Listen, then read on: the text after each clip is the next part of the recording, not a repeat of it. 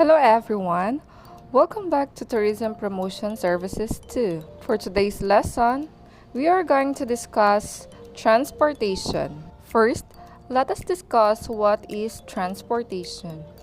As defined by Cooper, transportation is said to be any device or action used to move an item from one location to another. The word transportation is a combination of two Latin words, trans, which means across, and portere, meaning to carry. Literally translated, it means to carry across. So there are different modes of transportation. It is common knowledge that there are three main modes of transportation, which are land, water, and air. The identification of the mode of transportation depends on the medium of travel that is being used. So there is a discussion that there is a fourth mode of transportation, and this is called space transportation. Many have argued that this may be included among the different forms of air travel. However, the author believed that it should be considered a fourth one. It's because space is already outside the Earth's atmosphere, and therefore, the environment, circumstances, and risk for this kind of travel is more than the regular air transportation. Before we discuss the different modes of transportation, let us look back on the evolution of transportation and its many forms, starting from the Stone Age until what it has become today. Oftentimes, it is taken for granted that when you consider transportation, it always involves the use of a vehicle that will carry the persons or things that need to be moved. However, it should be remembered that the first form of transportation on land is walking, and on water is swimming. Both activities need only manpower to carry people or things across from one place to another. So these are the examples of transportation in its purest form. After men walked and swam, there began a growing need for better means of moving people and things. On water around 5000 BC, more or less, there is evidence of what is referred to as the dugout boat. During this time, the resources were abundant and old communities had no knowledge of skills or technology to build. Boats were literally carved from trunks of large trees. So carpentry skills were non-existent at this time.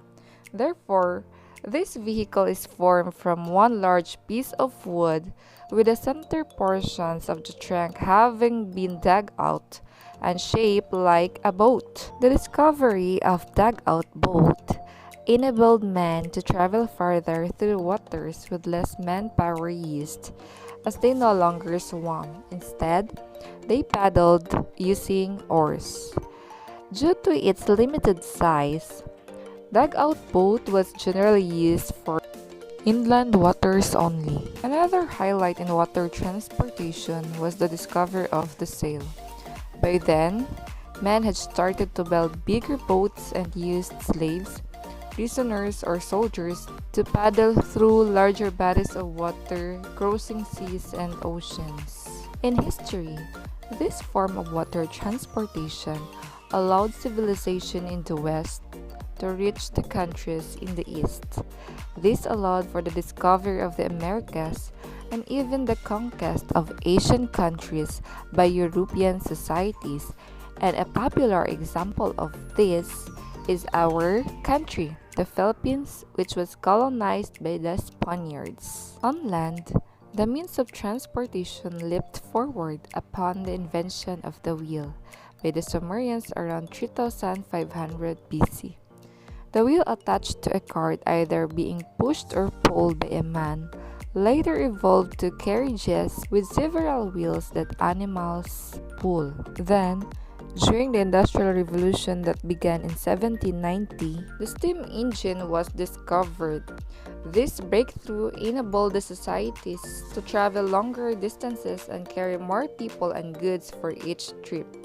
This was the dawn of mass transportation as we know it today. This steam engine lead to the discovery of the rail system. When the railroad tracks were built, during this time, they also applied the usage of steam engines on large vessels called ships or ocean liners. These ships could now cross the oceans and seas.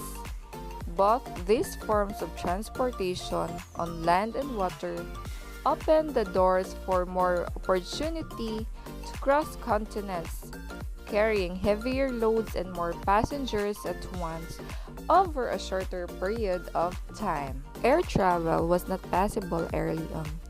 There were attempts made by humans to fly in the late 1400s. An example of this is Leonardo da Vinci's invention, which he referred to as the flying machine.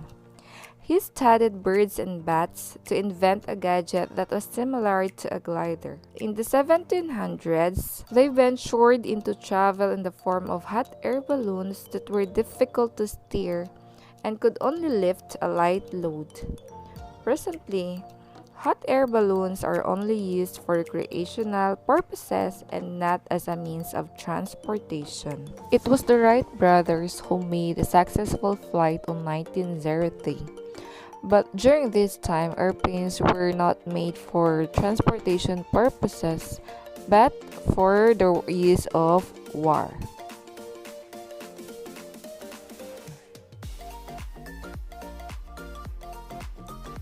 After the Second World War, the more progressive countries of the Allied forces were left with airplanes that were deemed useless in a time of peace. This led to the evolution of fighter planes into commercial planes.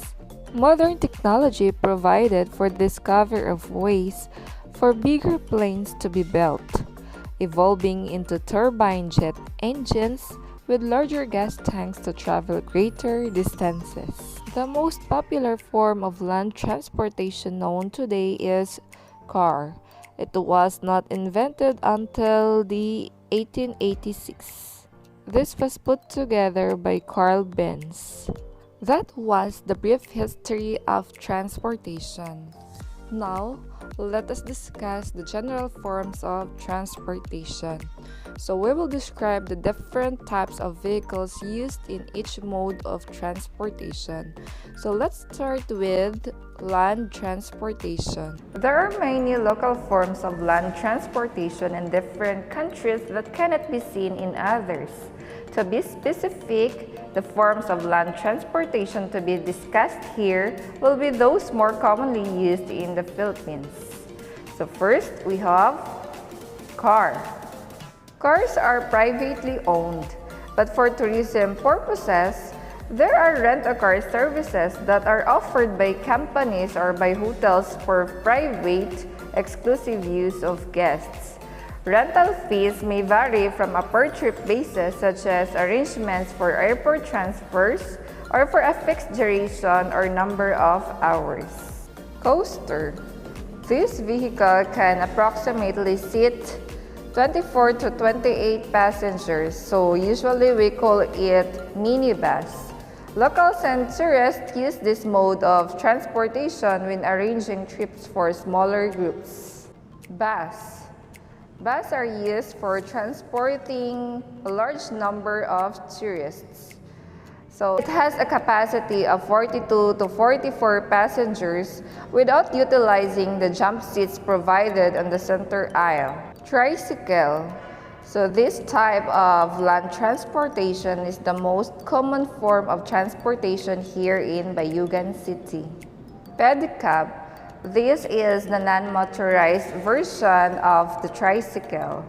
So it is called pedicab because the driver pedals instead of driving a motorcycle. As with the tricycle, tourists use this as a novelty within its specific permitted area of operation. Aside from those being mentioned, there are still other forms of land transportation. We have trains. So this is more commonly used in National Capital Region, bicycles, and animal-driven carriages, or kalesa. Now, let us discuss the different forms of water transportation. First, we have bangka. It is the simplest and most common form of water transportation, especially in the provinces of Visayas and Mindanao. So a small fisherman's bangka can seat 1 or 2 passengers at most, while there are those that can carry up to 20 to 40 passengers, and the shape is the same as the small ones without triggers on each side to help the bangka maintain balance.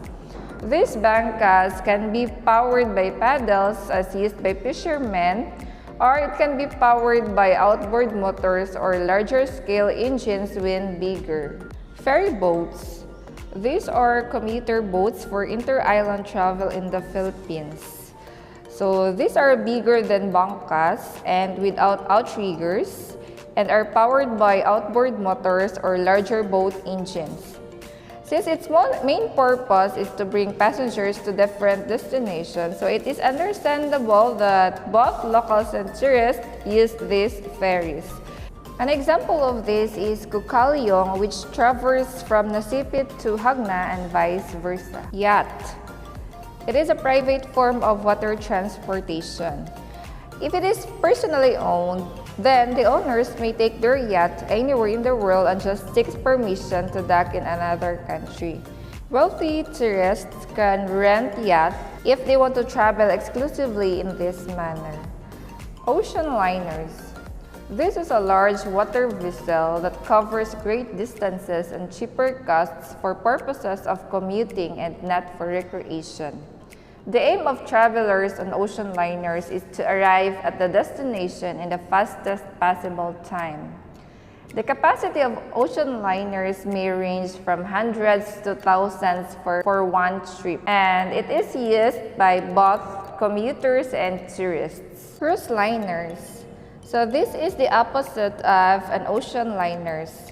Travelers who choose to travel on cruise lines are choosing to travel on these water vessels for purely recreational purposes. These sail with more than one destination in the itinerary and schedule stops at different ports for brief land-based sightseeing tours. It is sometimes called as the floating resorts because on board, passengers may have access to different facilities which can be found in a resort, like swimming pool, casinos, and many more. So cruise lines exist purely for tourism purposes. Other forms of water transportation includes kayaks, jet ski, canoe, speedboats, and the like. Air transportation. So it is known to be the most expensive among the other three common modes. And generally, it requires much special equipment and licensing to operate air transportation machines and or equipment. So let us start with airplanes. The most commonly used form of travel nowadays is airplane.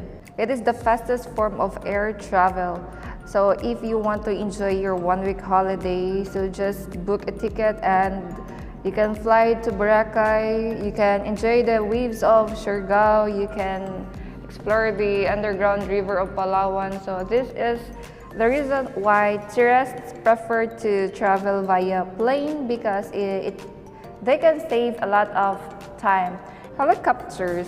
It is a type of aircraft that is powered by one or more sets of rotor blades that can lift it from the ground and allow the vehicle to move from side to side.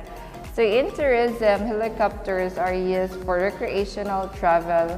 So just like in Boracay, they offer a helicopter tour. So if you wanted to have an aerial view of the stunning island of Boracay, so maybe you could try this activity. Gliders. It is a type of air transportation that is dragged upward to a specified altitude and released to glide with the wind until it reaches the ground. So if you are seeking an extra adventurous activity, then you must try this one. Hot air balloons. So it was mentioned in the history that it was once used for transportation purposes but could not carry a large number of travelers. And nowadays, it is only used for recreational purposes, exhibitions, festivals, and competitions. So those are the general forms of transportation. Now, let us discuss how transportation is treated as a component of the tourism product. So let us start with transportation as transit. Transportation is one of, if not the most costly expenses when people engage in tourism. It is primary in tourism that you have to be outside of your usual environment. So that means you really need to travel. So this is what the component of transportation as transit means. The transportation is needed to get from point A to point B. It is needed to get from origin to destination and back. For example, one is traveling via plane to Canada because he wanted to see the Niagara Falls of Canada. So in here, transportation is needed as transit because it is needed by Juan to get to his destination, which is the Niagara Falls. And transportation also here is needed by Juan to go back to his origin country. Next is transportation at destination. So once the tourists arrive at the destination, it is natural that there are different activities that the tourist should engage into. So to do that, tourists need to avail themselves the transportation services that are available in that area. So this is where the local forms of transportation are seen. So for example, Jenny is visiting Bohol. So her destination is Bohol. So Jenny wanted to visit the Chocolate Hills. She wanted to eat in Lobok River Cruise Restaurant. She wanted to visit Baclayan Church and the Blood Compact site. And also, she wanted to take pictures of the tarsiers in Bohol. So, in order to roam around or to visit these attractions in Bohol, she needs a local transportation that is available in Bohol. So, it could be a bus, it could be a van, jeepneys, or cars. So, any local form of transportation that is available in the locality that the tourist is visiting. So that is the role of transportation as a component of tourist product. And lastly, transportation as destination. This is where the form of transportation is the destination and the attraction as well.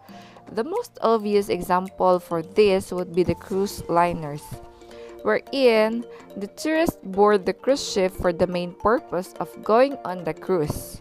The ports where they stop to sightsee are just additional items to do in the itinerary. But the main focus of tourists on a cruise is to enjoy the facilities, entertainment, and treats offered by the cruise ship company. So those are the rule of transportation as a component of the tourism product. That would be the end of our lesson for today. I hope you learned something from today's video. Thank you for watching. Bye bye.